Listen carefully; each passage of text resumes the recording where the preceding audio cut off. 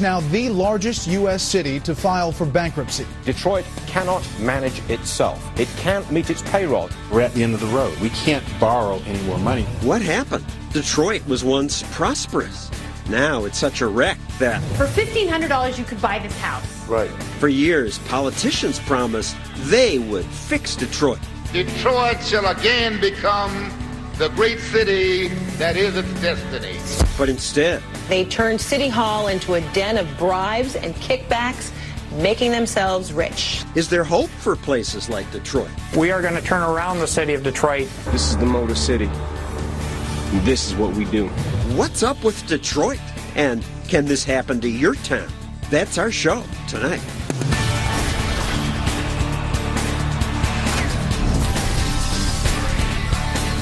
And now, John Stossel.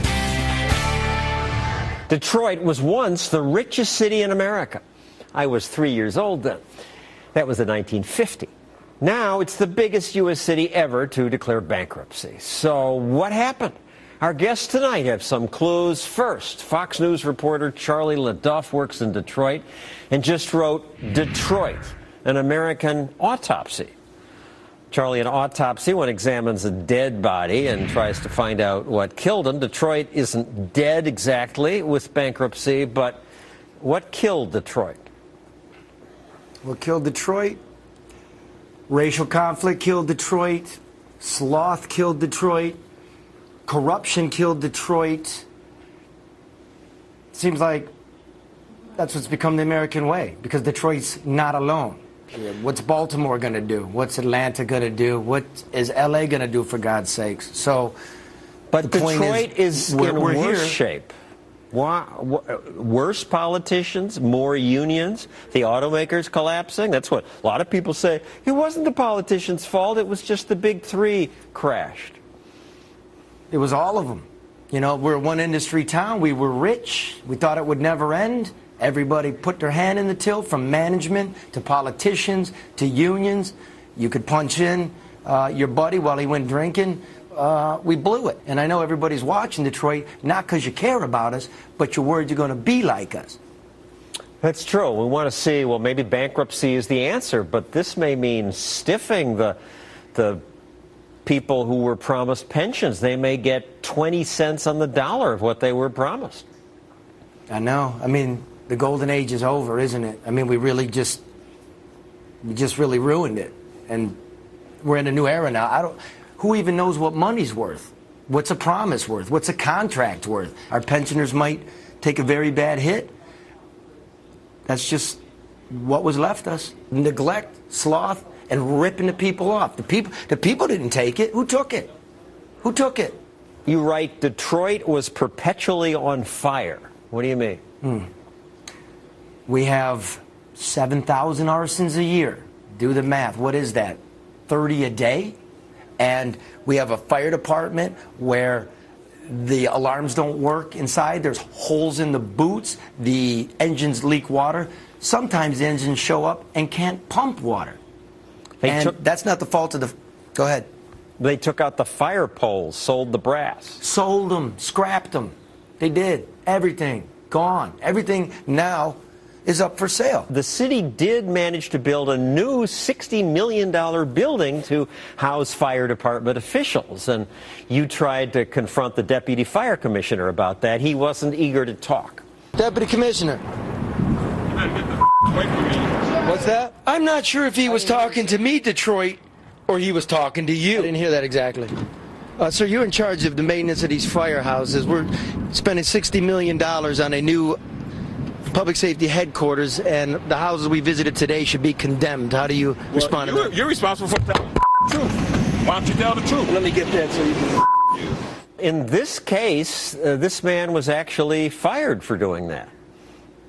Yeah, as he should have been. You don't get to slap people around because you're unhappy with what they ask you, especially in your official capacity as the man responsible for making sure those houses are clean and safe, and not like some backwater whorehouse in Tijuana with feces bubbling through the floor.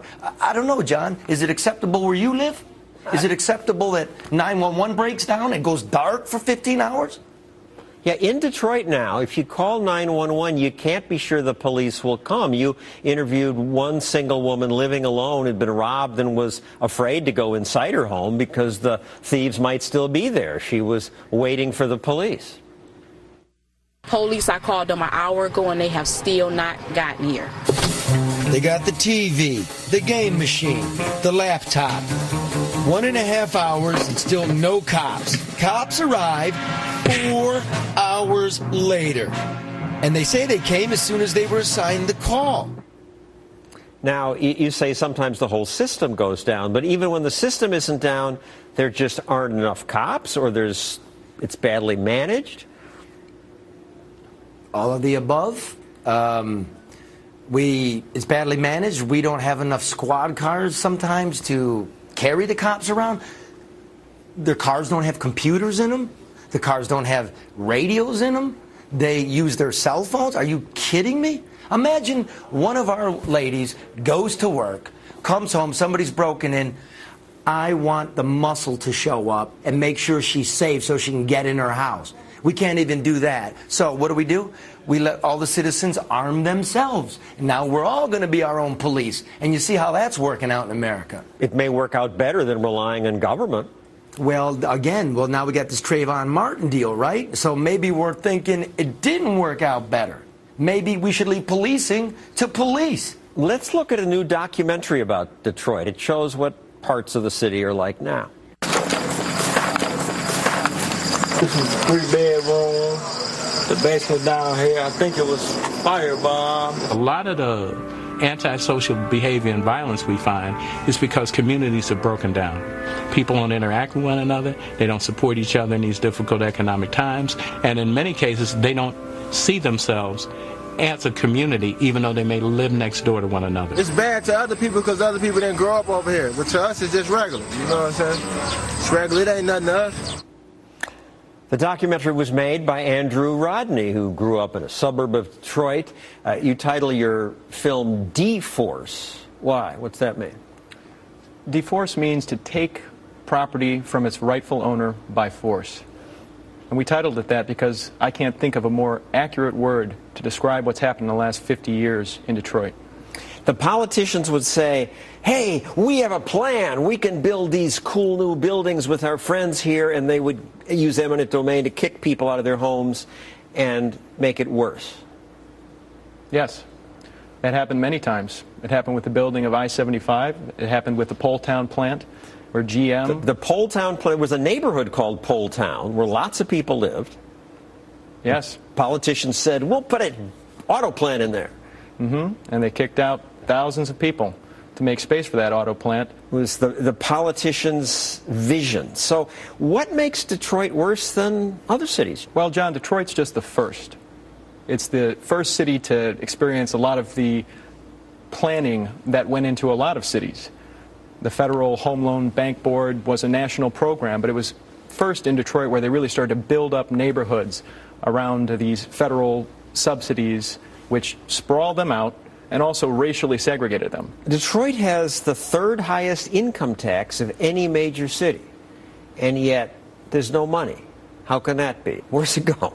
I'd love to know where the money went, but better where'd the people go? Listen, when you pay the high income taxes, the only utility tax in the state, the highest car insurance, the highest homeowners insurance, the schools stink, and you get no police, you know what happens to the money? They turned City Hall into a den of bribes and kickbacks, making themselves rich.